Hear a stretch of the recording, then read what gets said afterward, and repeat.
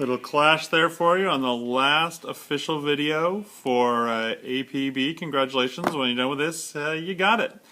In this video, I am wearing the hat that started it all. This is the very first hat that I ever bought for myself. Before this, I only had hats that my parents got me. But when I got to college, started making a lot of money, the big bucks, went and got myself a hat. This is the hat that started all of my hats. And this hat is special. It's not just a top hat. It is a collapsible top hat. Check that out. Are you ready? That's some class. So this topic has a lot of chapters to it. 27, 28, 30, 31. We don't actually do all of them, but taking a little time and at least looking through all of those, making sure you understand the general topics is probably a good idea. We're doing a little bit more on quantum. Remember, things going in bundles. Quantum.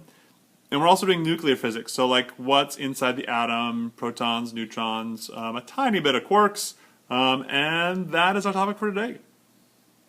We said last lesson that a lot of quantum was finding problems with classical mechanics, and no difference today. We actually had another problem. When we said last time that Rutherford figured out there was a nucleus and then the electrons orbited the nucleus, the problem with that is that by classical mechanics, if we have something that's accelerating, it should be emitting energy to accelerate. And that's true, it should spiral in. So if we have an electron going around a nucleus, it should lose energy, go into the center, and then, hit and collide. And we know that's not what actually happens in atoms. They can be stable, and so we have a problem that we need to solve. Come to our rescue, quantum. Niels Bohr was the guy that did it this time. He basically said that there's a planetary model, not just that we have a nucleus and electrons going around it, but that my electrons can only be in certain places. In other words, they're quantized. They can only be in this orbit or that orbit. They couldn't be anywhere in between those two orbits. He didn't really explain why, and we'll talk about why later. He just said it had to be the case, and then worked from that point and figured out a whole bunch of stuff. Later on, people figured out why they had to be in those points, and it has to do with resonance, stuff we just did not too long ago. So we end up with these different levels. In this case, we have these little blue levels here. N equals 1, equals n equals 2, 3. They can only be in those things. They can't be anywhere in between. They're called stable states. And this is what it is for hydrogen. Hydrogen's the easiest one because it only has one electron and it's easier for us to see. Later ones, we talk about the outside electrons doing similar things. But we start with hydrogen just because it's easier for us to look at. And so it can't be in any place in there. So when we can't have one there or there. It has to be on these blue rings out there, one or the other. And it can jump from one to the other, but it can only go straight from n equals 1 to n equals 2 to n equals 3, etc. When it jumps from a high level to a low level, like it goes right like that, it emits a photon. So it's losing some energy because it has more energy when it's out farther. When it falls down to a more stable state, it gives off some energy, and it gives off that energy in the form of a photon. Now, if it captures the energy of a photon, it can also go back out energy levels, but it has to be exactly the right photon that gives us exactly the energy to go from one level to the other. It can't be any photon. It has to be the photon that gives us exactly the right energy to go from one to the other. And so we have to figure out how to find what energy works for that, and that's what we do next. We do a lot of work in this section on energy level diagrams, these things that we have right here. And what they do is they show the different energy levels for an electron, and they always start, this one down here is the lowest energy state. It's called the ground state. That's where the electron always wants to be. It's always the biggest negative number. And it's weird they're using negative numbers there, but basically that's telling us the amount of energy it would take to free that electron from my atom entirely. So if I have a lowest level of 13.6 electron volts, if I gave that electron 13.6 electron volts, it could leave the atom. If I give it more than 13.6, it would have some kind of kinetic energy, which I would take the difference between what I gave it and 13.6. And so they want to be able to say if I give it 15 and take 15 minus 13.6. That's why they're using the minus there. So that's essentially the work function of the atom. That's the amount of energy it would take to free the electron, back from photoelectric effect stuff. And to get from this level just up one energy level, I have to give it exactly the amount of energy to get from this 13.6 to whatever that number is there. So they have to give me a little more detail than they do in this particular one. So we go to the next one. It turns out that if they give us the ground state energy level, for hydrogen it's 13.6, we can always use that to find all the other energy levels, because it's always the ground state energy level divided by n squared. So to get the second energy level, we put 2 squared, we get 4, we take 13.6 divided by 4, and that'll give us the second energy level, divided by 9, the third one, divided by 16, the fourth one. And if they give us the ground state for any electron, we can always find all the different energy levels. So here's an example. In this energy level diagram, we have just n equals 1, 2, and 3. And we're saying that if we have an electron that's in this state, which is negative 3.4 electron volts, and it's falling to the ground state, what energy is in this photon? And so to do that, we just take the final minus the initial. You take negative 3.4 minus 13, we get 10.2 electron volts. Electron volts is not a good unit for us, though. To put in equations, we want joules, so we use our conversion factor to change it into joules, and that's our answer for the first one. After that, a lot of times they ask us what the frequency is, so we do E equals HF. With the E that we had before, Planck's constant gives us the frequency. And then the final thing they do a lot of times is what's the wavelength? Do velocity equals frequency times wavelength, we can find what lambda is. So that's a whole sequence of events going from energy to wavelength. Realize that you could do it backwards also. They could tell you that a certain wavelength of light is absorbed and ask which one of these jumps it would be on the little chart. And you take the wavelength to find frequency, frequency to find energy, energy change it to electron volts, and see which jump is exactly the right amount. And so you can do that either way. You'll get a bunch of practice at that when you're doing Quest. That doesn't answer why, though, and so we want to know why these things have to be in certain energy levels, and it turns out it's because electrons are waves. You know, we talked about that with de Broglie wavelength, and we found out that electrons had a wavelength, and it turns out that what happens is this wavelength allows us to get standing waves around the nucleus, and it's only if the circumference of my circle is exactly 1 wavelength or 2 wavelengths or 3 wavelengths that I'll be able to set up a standing wave, like on a string, but this takes curved around in a little circle. We have to get a standing wave on that wavelength to allow an electron to be there. So let's look at the pictures.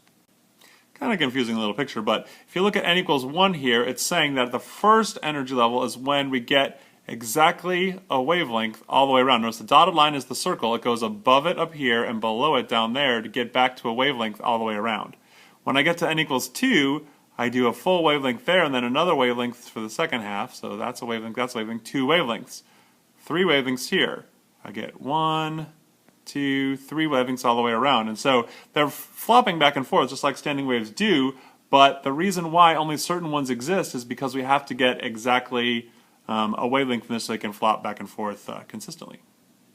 One last thing on this wave nature of an electron. This is not actually on your test, but it is what we think is true about electrons and light right now.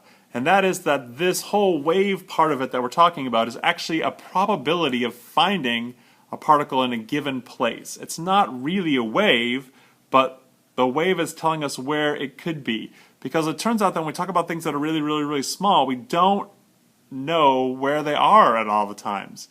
In fact, Heisenberg says we can't know where they are and how they're moving at the same time. We have to know one or the other. And the more we know about one thing, the less we know about the other one. And it turns out that on a microscopic scale, on the really, really small particle scale, we don't know where an electron is. But the probability of finding it at any given point is a wave function. And that's why we can do wave things with light and with electrons and other small things, is because it's all about probability. Now if that gets a little too confusing, like I said, not in your test, I did want to mention it though. So light and electrons are particles, but where we find that particle has a probability, and the most likely place to find them is at the highest probability. And that's how we get the weird orbitals that we get in chemistry that you did. The P's and the D's and all that kind of weird stuff. Last video. Favorite hat and favorite snack. Today I will be having for my snack crab. Pretty good, huh? Yes, I have crab.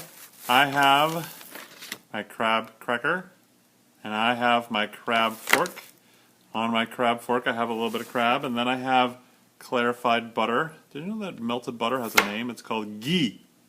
I like that name. Anyway, I take my crab, I dip it in my ghee, and that's pretty much the very best snack ever invented. Here I am getting a little more crab out. My crab fork. See my fork? Yeah, nice, huh? Fits in there. Grabs a little more crab. Puts it in the butter. Oh my goodness. That's the most amazing thing ever. Oh man, sorry about that. I've gone quite a bit of time on that particular snack. Anyway, going on to nuclear physics. Nuclear physics, it's all about what happens subatomic scale with protons and neutrons. And so we knew all the positive charge was in the middle, and most of the mass was in the middle. Nucleus is what has nucleons, is what we call them. Both particles that are in the nucleus are protons and neutrons. We know protons are positive, neutrons are negative. So protons have a positive charge on the same magnitude that that electron has, the 1.6 times 10 negative 19th coulombs. Neutrons have no charge. Neutrons are a little more massive than protons, but both of them are a lot more massive than electrons. So we have the masses we talked about before, and they're on your constant sheet. And the thing that gives them their mass and their charge are called quarks. And quarks are the smallest particle. Quarks are not on your test, but I want to talk about them just briefly because you probably heard of them and you want to know something about it. So quarks are our best present guess as to the smallest building blocks that we have. Now, you can't ever get a quark by itself, and so it's hard to know if they actually exist. But we made some guesses as to what they are based on what kind of particles we have and what kind of masses. And they all either have a charge of 2/3 or 1/3 or negative, positive, and you add them all together and you get the different charges. Now, they're named kind of weird things because the people that invented them got to invent them, and it was the 60s and things are weird. The first couple ones are up and down. That's not so bad, but we get strange quarks and charm quarks, and just there's some weird ones out there. Like I said, we can't ever see them by themselves, so we had to guess what kind of particles could be made from the quarks that we thought existed, and then to see if we're right, we smash two big giant things together to make these particles, and then we look for them. We look for certain masses and certain charges of lots of quarks put together. Now, lots of quarks put together are very unstable, so they don't last very long. But that's why we have the atom smashers, the particle accelerators that we have now. So we get giant high energy collisions. Like I said, this isn't really on test, but it's interesting. And we crash them together, and then we guess what's going to be there, and so then we know what should be there, and that's why it was such a big deal a little while back when they were looking for the Higgs boson, because they knew there should be a particle that had a certain mass and a certain charge, and they were trying to make it. It was pretty high energy. They finally found it, and it was really exciting. Now, was that going to make time stop or life as we know it stop? No, that's a little bit crazy. But it was good that they found it, because then it makes us think that quarks actually exist. Here's the actual chart that tells us all of the different particles that should exist. Notice these are some of the names of the quarks up here: up, down, charm, strange, top, bottom. We get odd combinations of the things together that gives us electrons or protons. Or just so there's an electron right here. It's a proton right there, up, down. All the different ones on here, and this chart is in our room in the corner by the box, so you can go up and look at it at some point, but it tells you all the quarks and how they combine into all the different particles. So then what happens is, even though, like, we know that there are energy levels for electrons, but it turns out that inside the nucleus you have protons and neutrons together, and those things are attracted to each other with strong nuclear force, but repelling each other with the electrical force, because, you know, protons and protons are going to repel each other, and it turns out they can exist only in certain states as well. They can change from one state to another, and changing those nuclear states ends up having particles that are unstable, and the things are unstable, they split into different things, and when they split into different things, things go flying off really, really, really fast and can hurt us. That's radioactivity. So that's our next thing we're going to talk about, is radioactivity. There's three different types we know: alpha, beta, and gamma, based on when we found them. And generally the particles get smaller as you go. Alpha's the biggest, beta's the next biggest, gamma's the last, and more damaging, more penetrating as you go as well. Here's our three different types of decay. Alpha right here sends off a positive charge Basically, it's a helium nucleus, 2 protons and 2 neutrons, so pretty big. A nucleus thing is flying out. It's got a low level energy, and it's so big that anything will stop it. A piece of paper stops it, So alpha can damage the most because it's so huge, but anything blocks it, and so that's always good. Our second one is beta. The thing that goes flying off in beta, the beta particle, is an electron or a positron. And what ends up happening is that's a little smaller. Electron's about 1/2000th the mass, and so not quite as big, but that means that it can get through more things. And so it gets through that paper, but aluminum foil will stop it. It's a bigger particle. And gamma is our third type. That's the one that made the Hulk, obviously. And that one has no charge to it as it comes off, and it's a photon that goes flying. So that's a lot smaller, infinitely small, really. But it's going at a really high speed, and so it can get through almost anything. The last thing we need is lead, and that's why we wear those lead aprons, is because that blocks all 3 of the types of radioactive decay that we use when we're doing when we're getting an X-ray. Lead, good stuff. So the next thing we kind of have to talk about is isotopes. Isotopes are 3 different types of the same atom, and so hydrogen, deuterium, and tritium are all forms of hydrogen. They all have 1 proton and 1 electron, but they have different number of neutrons in there, and so the number of nucleons changes. And so my Z number, which tells me how many protons, stays the same, it's 1, but then my A number, which tells me all the nucleons, is 1 in the first one, 2 in the second one, 3 in the third one. And so knowing that we have different types of hydrogen, different types of helium, different types of every molecule, some are stable. If we get enough neutrons in there with the protons, then you can put more than 1 proton and they can glue together even though they're repelling each other. But knowing that you can have different isotopes allows you to talk about the different types of nuclear particles, and that's what leads to radioactivity.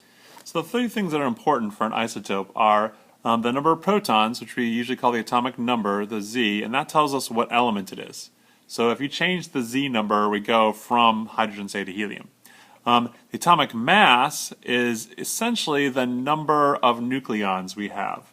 That can change the isotope, so the 3 different kinds of hydrogen we had different atomic masses, different A numbers, but they have the same Z number.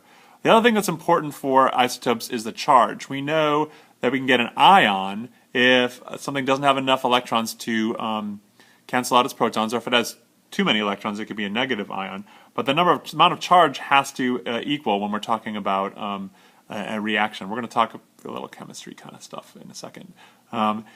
So we also know that we can always find the number of neutrons by taking the atomic mass minus the atomic number. So if we have a 238 uranium, we can take the atomic number of 92 and find out that there are 146 neutrons, but 235 would have 3 less, or 143.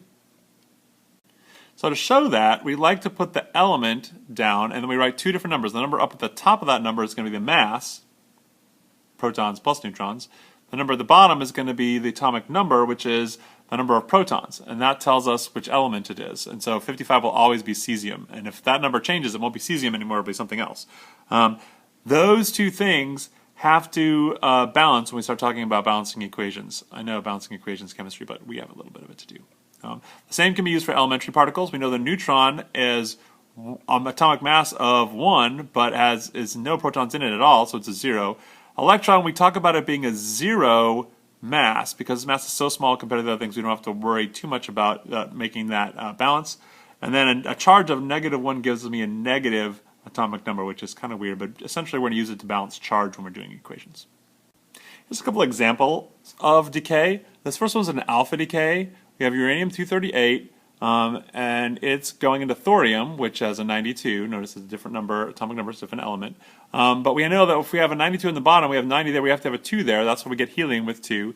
We also want to make sure our top numbers match, so we have 234 plus 4 gives me 238, so that's good. And it turns out with this decay, the mass numbers all equal, but the actual mass is a little different than that, and so we have more mass over here than we do over here, and so some of that mass gets converted into energy, and this particular one gives off some energy. Notice an alpha particle is a helium-4 2. Beta decay also they conserve, so 234 notice that an electron is 0, -1, and so I take -1 plus 91, I get 90, and so that all adds up. That's basically making sure my charge all works. The top, since it's a 0, it has 234 on both sides, and so that's all good. And again, I'm getting some energy out for this one. And in beta decay, what's essentially happening is, since the top number doesn't change, but I get one more proton, one of my neutrons gets changed into a proton. And then to make charge work, I have to make sure I have an electron flying off also, but that has no mass, so the masses all work out. Beta decay is always either, as in this case, a neutron turning into a proton, or sometimes it's a proton turning into a neutron. We'll talk about that in a second. These three equations show the general formats for the three different kinds of decay. Alpha decay always starts with something. There's an X there. It doesn't say what it is. It can be anything that it starts with. It depends on what the Z is. It tells you what's going to be there. And I always give off a helium nucleus, the 4, 2, and so my number always goes down by 4 and 2 so that they add up. And so I can figure out what Y is by looking 2 down on the periodic table from what X was. We call these the original nucleus. These over here called the daughter nucleus. Always helium nucleus comes off, always goes down by 4 and 2. That's alpha decay. Now beta decay has two possibilities. In beta decay, on the top one, beta minus decay, I essentially have A staying the same, and so and Z going up by 1. So a neutron becomes a proton. That's the one we showed you. X is any element, and then Y is element 1 down on the periodic table. It gives off an electron. It also gives off a neutrino. A neutrino is a neutral, almost massless particle that they didn't know about for a whole long time. But it turns out when they looked at this, spin also had to be conserved, and their spin wasn't conserved with just the X, the Y, and the E particle. And so they knew there was something carrying a bunch of spin that was almost massless and chargeless, and so it was really, really hard to find. Eventually they found it by putting a big giant target, a bunch of water, on and seeing the neutrino hitting and what it caused when it exploded. So again, this idea of what happens when things hit each other is a lot of what high energy particle physics is about. Our other beta decay is our A number staying the same again, but this time our Z number is going down by 1. If our Z number goes down by 1, that proton is being turned into a neutron. Another nucleons is the same, that's the A. And then to make sure my charge stays the same, I have to have a positive 1 there, but I can't have any mass because my A stayed the same. And so this right here is called a positron. That's a positron. It's the same mass as an electron with a positive charge. Turns out that is what we call antimatter. It's the same mass but a different charge from an electron. And what happens is if an electron and a positron come together, boom, they annihilate, and all the mass becomes energy. And so that's why antimatter is the energy source for a lot of science fiction things, because all of the mass gets turned into energy. That doesn't happen very often. If we have antimatter, big giant chunks of antimatter, it's the best energy source we have. And plus, it gives off just energy, nothing bad, no nuclear radioactive waste, nothing bad, just the energy comes out of it. So if we could ever, catch a whole bunch of antimatter, we can do a little bit. We can't let it touch matter because it explodes, but if we use electric fields to hold it like in a circle, that's why particle accelerators are rings, because they have magnetic fields going around in a circle. Pretty cool stuff, really. Our last kind of decay is gamma decay. It's the easiest one. At gamma decay, X stays at X. A stays the same, Z stays the same, which means that it's still the same element, same number of nucleons, same isotope. The only thing that changes is that we have an excited electron way, way up in energy levels, and it drops a lot of energy levels, gives off a photon that is so energetic that it damages our skin, our whole, any cells we have. And all of these, the particle, the gamma particle, the beta particle, or the alpha particle, is flying off with a lot of energy, hitting our cells, hitting our DNA, damaging parts of it, and that's why radioactivity is harmful to us. The kind of equations you get for this is they'll tell you what you start with, and they'll say it's a beta decay, and you'll have to know if it's a beta minus or beta plus, that your Z is going to go up or down by 1, and they'll ask what element is it going to turn into. That's one kind of problem that you have for these things. Or they'll just ask you to recognize alpha, beta, or gamma decay. Essentially, if you understand these formulas and how they work, and you'll get a chance to practice them on Quest, obviously, and so, yeah, that's how it works. Half-life is probably the easiest thing we do all year. Essentially, it's the amount of time for half of what our original substance was there to be gone. So change from uranium to thorium, for instance. And we know that, like, if the half-life is 5 minutes, after 5 minutes you have half of what you started with. After 10 minutes you have a fourth. After, every 5 minutes it goes down by half. Here's a little quick graph talking about how half-life works. So we start with n particles. After one half-life's gone by, we have half of that, a fourth, an eighth, a 16th.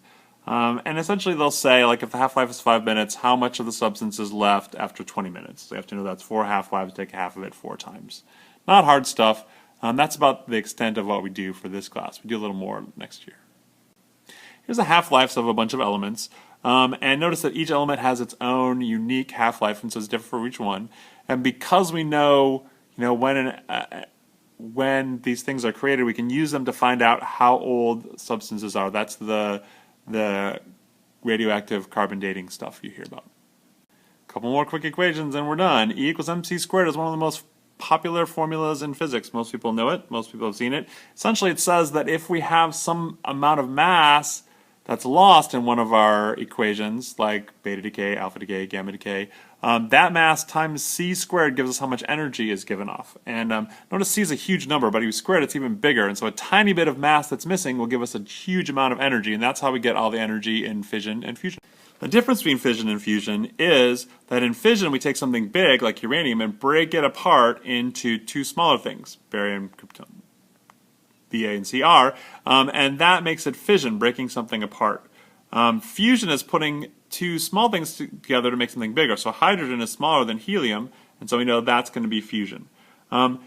Fission is useful because if you look at this, which is our essential equation for uranium-235, if we take uranium and 1 neutron, we get these 2 things and 3 neutrons out. And so we can get what's called the chain reaction. If we get a bunch of 235 together and it's next to each other, 1 neutron goes off, it breaks apart, makes 3 neutrons that go flying off, each of them hits a uranium. Those 3 make 9, those 9 make 27, huge amounts, and so that's what happens in a nuclear bomb. Is all you have to do a nuclear bomb is have a certain amount of U-235 together, and it starts a chain reaction that causes an explosion. A nuclear bomb is essentially 2 pieces of uranium-235 that are both below critical mass that are pushed together. When you push them together, they're all close enough together that the nucleuses that go flying off cause the chain reaction, causing a giant explosion.